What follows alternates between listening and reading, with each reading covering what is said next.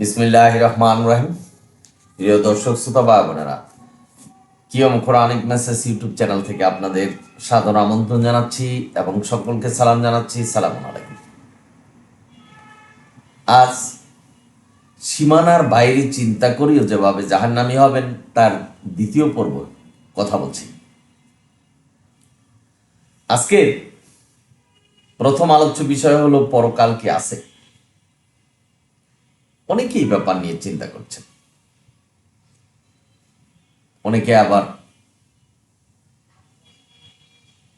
প্রথভষ্ট হচ্ছেন, নাস্তিক হচ্ছেন যে পরকাল কি আছে। কেউ যদি এই ধরনের চিন্তা করেন, কোরআন বলছেন সূরা বাকারার 285 নম্বর আয়াতে বিশ্বাস করতে হবে পরকালকে। কেউ যদি এই ধরনের চিন্তা করেন যে পরকাল কি আছে, প্রথভষ্ট হবেন। শুধু চিন্তা করে আপনার মন যদি একটু পরিবর্তন হয়, সন্দেহ হয় যে পরকাল নেই, প্রথভষ্ট হয়ে যাবেন। সুতরাং এই ধরনের চিন্তা থেকে দূরে থাকতে হবে। আরেকটা বিশ্বাস আমাদের সমাজে সকলেরই আছে, সেটা হলো মেজবানি, মৃত্যুর পরে 40 বা 4 দিনে খাওয়ানো। বিশ্বাসটা হলো যে মৃত ব্যক্তির যদি কোনো সমস্যায় থাকে, কবরের আযাবের সমস্যা থাকে, আযাব হচ্ছে, তাহলে মেজবানি করে খাওয়ালে সেটা থেকে মুক্তি পাওয়া যায়।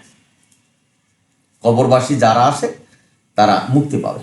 এই ধরনের চিন্তা বিশ্বাস যদি থাকে তাহলে প্রথমষ্ট হবেন। কারণ আল্লাহ কোরআনে সূরা ইয়াসিনে বলছেন কোরআন জীবিত মানুষের জন্য। আল্লাহ কোরআনে সুস্পষ্ট বর্ণনা করেছেন মৃত্যুর পরে পাপ পুণ্যের খাতা বন্ধ হয়ে যায়। সুতরাং আপনি এই বিশ্বাস যদি থাকে যে মেজবানি করে মানুষকে খাওয়ালে কবরে যারা আছে তাদের গুনাহ মাফ হয়ে যাবে, বা জীবিত যারা আছে মৃতদের জন্য সওয়াব পাঠাতে পারবে, তাহলে আপনি কোরআনের আয়াতের অস্বীকারী হবেন, যেখানে আল্লাহ বলছেন যে পাপ পুণ্যের খাতা বন্ধ হয়ে যায়। আশা করি বুঝতে পারছেন। সুতরাং এই ধরনের চিন্তা, গবেষণা বা বিশ্বাস থেকে বিরত থাকতে হবে।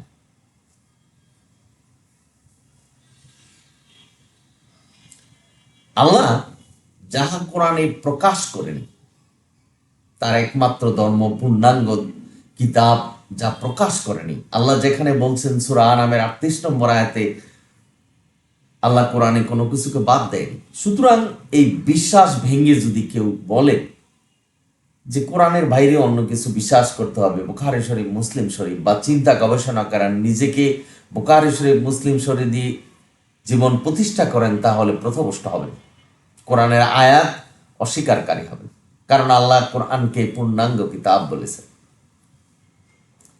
অনেকে আছেন নিজে বানাচ্ছেন, নিয়ম পদ্ধতি বানাচ্ছেন, কেউ হান্ডি পাতিল নিয়ে দূরে চলে যাচ্ছেন, কেউ কোথাও একটা বিশেষ স্থানে অনেক মানুষ জড়ো হচ্ছেন, সেখানে বলছেন যে এটা হজের সমান, হজ হচ্ছে। অথচ আল্লাহ কিন্তু এই নির্দেশনা দেন। সেটাই বলা হয়েছে যে আল্লাহ যা কোরআনে বর্ণনা করেন এই সেই কাজ যদি আমরা করি বা নিজেরা বানিয়ে কোনো আবাদত করি, আল্লাহ বলছেন কুতিলাল কাররাসুম, ধ্বংস হোক তারা। সুতরাং কোরআনের বাইরে কোনো কিছু চিন্তা করা যাবে না, বানানো যাবে না, ইবাদত করা যাবে না।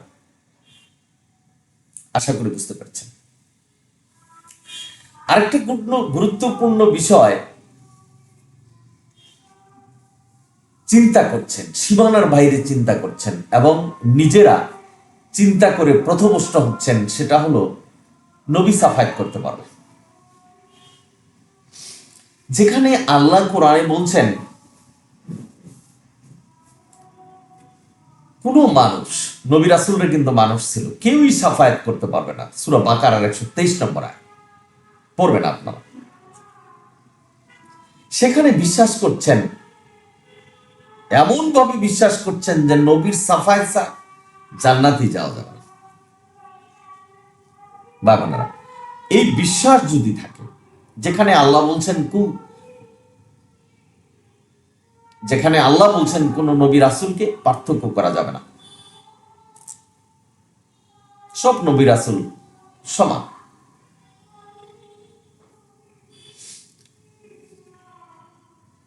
সেই জায়গায় যদি আমরা বিশ্বাস করি যে শুধুমাত্র সালামুন আলা মুহাম্মদ সাফায়াত করতে পারবে, অন্য নবীরা করতে পারবে না, তাহলে পথভ্রষ্ট হবে না। অর্থাৎ এই বিশ্বাস যদি থাকে যে আমরা এখানে গুনাহ করে যাব, পাপ করে যাব, নবী তো আছে, উনি সাফায়াত করে আমাদের জান্নাতে নেবেন, সম্পূর্ণ মিথ্যা কথা। কারণ কোরআনের মানদণ্ডে আমাদের জয়ী হতে হবে।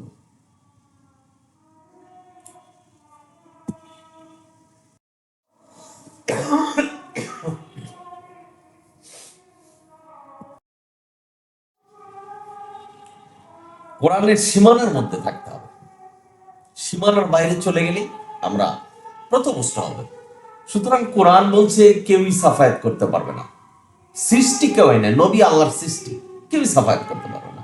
কারণ আপনার যদি বিশ্বাস থাকে যে নবী সাফায়াত করে আমাদেরকে জান্নাতে নিয়ে যাবে, জান্নাতে যাওয়ার কোনো রাস্তা নেই আপনি যতক্ষণ পর্যন্ত কোরআনের মানদণ্ডে জয়ী না হবেন। অর্থাৎ কোরআন যে নির্দেশনা দিয়েছে সেটা যদি পুঙ্খানুভাবে পালন না করেন, জান্নাতে যাওয়ার কোনো রাস্তা নেই। আশা করি বুঝতে পারেছেন।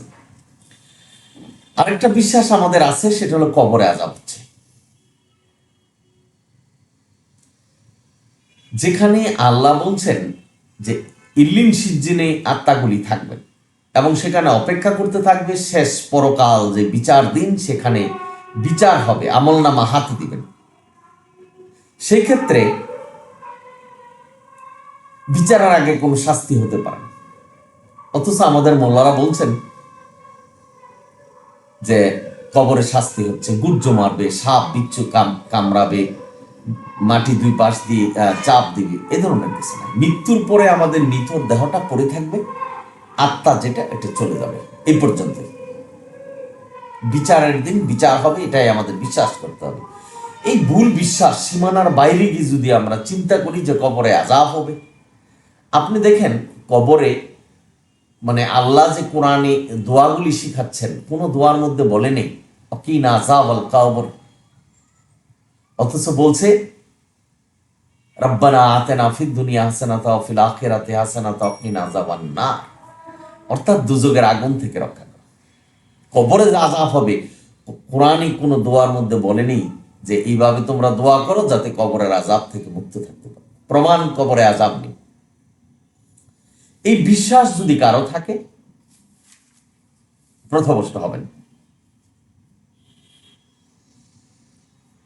সবচেয়ে গুরুত্বপূর্ণ বিষয় হলো বুখারী শরীফ, মুসলিম শরীফ আর যত হাদিস গ্রন্থ আছে এগুলি মানুষের রচনা। কেউ যদি বিশ্বাস করেন, সীমানার বাইরে চিন্তা করেন যে এই বুখারী শরীফ, মুসলিম শরীফের যে নির্দেশনা সেটা নবীর বাণী, আল্লাহর মতো করে সেটা নবী বাণী দিয়েছেন, যেটা কোরআনের সাথে সাংঘর্ষিক, সেটাও আমাদের কোরআনের মতো করে মানতে হবে, না হলে জাহান্নামে যেতে হবে। এই বিশ্বাস যদি থাকে আপনি জাহান্নামী হবেন, অর্থাৎ আপনি পথভ্রষ্ট হবেন। আল্লাহ বলছেন কোরআন মানতে, শুধু কোরআন মানতে। অসংখ্য আয়াত, সূরা আনাম 153, ইউসুফ 40, পড়ুন, অসংখ্য আয়াতে বলছেন। তাহলে আপনি পথভ্রষ্ট হবেন। আজকের সমাজে মোল্লারা আমাদেরকে বুঝাচ্ছেন যে হাদিস কোরআনের ব্যাখ্যা। এই বিশ্বাস যদি থাকে তাহলে পথভ্রষ্ট হবেন 100%। কারণ আল্লাহ বলছেন কোরআনে যে কোরআন ব্যাখ্যা করে তোমাদের কাছে পাঠিয়েছেন, প্রতিষ্ঠিত করে, সুনির্দিষ্ট করে। সূরা তওবার 36-37 নম্বর আয়াত পড়বেন। সুতরাং এইসব যদি বিশ্বাস হয় তাহলে কোরআনের আয়াতের অস্বীকারী হয়ে পথভ্রষ্ট হবেন। আরেকজন বিশ্বাস করছেন, কেউ কেউ বিশ্বাস করেন মাজারে কিছু চাওয়া। অনেকে যাচ্ছেন, বুয়া পীরদের কাছে যাচ্ছেন, মাজারে গিয়ে বলছেন আল্লাহ আমাকে এটা দেন। এবং অনেক মা বোনরা আছে যারা এই বাচ্চা না হয় তারা বাচ্চা নেওয়ার জন্য মাজারে যাচ্ছেন এবং সেখানে গিয়ে দোয়া করছেন মাজারে যারা ঘুমিয়েছে তাদের কাছে যে বাচ্চাটা। পৃথিবীতে এমন কিছু নেই, শান্তি, সুখ, শান্তি, কল্যাণ সব কিছু আল্লাহ দেবে, কোনো মানুষ দিতে পারে না। যিনি মাজারে ঘুমিয়ে আছেন উনিও মানুষ, নিঃসন্দেহে ভালো মানুষ, কিন্তু উনি কিছু দেওয়ার ক্ষমতা নেই। সুতরাং তার কাছে চাওয়া আপনি প্রথমষ্ট হবেন। আজকালকার অনেক ভণ্ড পীর আছে, তারা জান্নাতে নিয়ে যাওয়ার প্রতিশ্রুতি দিচ্ছেন। এগুলি যদি বিশ্বাস করেন তাহলে আপনি প্রথমষ্ট হবেন, জাহান্নামে যাবেন। অনেক ভাইরা আছেন ভাগ্য গণনা করছেন, যেখানে আল্লাহ ভাগ্য আপনাকে দিচ্ছেন, বিশ্বাস করছেন। যারা ভাগ্য গণনা করে তাদের কাছে টিয়া পাখির কাছে যাচ্ছেন ভাগ্য গণনা করতে। আর এই বিশ্বাস যদি আপনার থাকে, এই ধরনের চিন্তা যদি আপনার থাকে, তাহলে আপনি প্রথমষ্ট হবেন। আর এই প্রথমষ্ট হওয়ার কারণে আপনাকে জাহান্নামে যেতে হবে, এটাই সত্য। অনেকে আছেন রাশিফল চেক করেন, পত্রিকায় রাশিফল, এই রাশিফল দেখে আপনার দিন পরিচালনা করেন, জীবন প্রতিষ্ঠা করেন। ওখানে গেলেই মন্দ হবে, এখানে ভালো হবে, রাশি বলে দিচ্ছেন। এই যে কতগুলি কথা, এগুলি আপনাকে জাহান্নামে নেবে, প্রথমষ্ট হবেন। এটা যদি বিশ্বাস করেন, চিন্তা করেন যে এটাই সত্য, অনুসারে জীবন প্রতিষ্ঠা করেন, তাহলে প্রথমষ্ট হবেন, এটাই সত্য। জান্নাতে যাওয়ার কোনো রাস্তা খুঁজে পাবেন না। তবে ভাই বোনেরা, আপনারা শুনে রাখুন যে কোরআনই শুধু মানতে হবে, কোরআনে যা আছে সেটাই মানতে হবে। কবর আযাব সম্পর্কে কোরআনে কিছু বলেনি। মেজবানি, মানুষের সৎকার এইভাবে করতে হবে যেটা আজকের সমাজে করছে, জানাজার নামাজ এইভাবে দিতে হবে, এই ধরনের কোনো নির্দেশনা কোরআন দেয়। সুতরাং একটু গভীরভাবে চিন্তা করুন যে তাহলে কোরআনের বাইরে কোনো কিছু চিন্তা করা বা কোরআনের বাইরে গিয়ে কোনো নিয়ম পদ্ধতি অনুসরণ করে আপনার জীবন প্রতিষ্ঠা করা মানে প্রথমষ্ট হওয়া। আশা করি বুঝতে পেরেছেন। আপনারা সকলেই ভালো থাকুন, সুন্দর থাকুন। আমি কোনো ব্যক্তি, সমাজ, গোষ্ঠীকে ইহা প্রতিপন্ন করার জন্য এই ভিডিও দিচ্ছি না। কোরআন যা বলছেন সেটাই আপনাদের কাছে তুলে ধরলাম। চিন্তা গবেষণা করে নিজের জীবনকে প্রতিষ্ঠা করুন কোরআন দ্বারা। আজকে QM Quranic message YouTube channel থেকে এটাই আপনাদের জন্য মেসেজ। যদি ভিডিও ভালো লাগে সাবস্ক্রাইব এবং শেয়ার করবেন। অনিল হামদুলিল্লাহ রাব্বিল আলামিন। সালামুন আলাইকুম।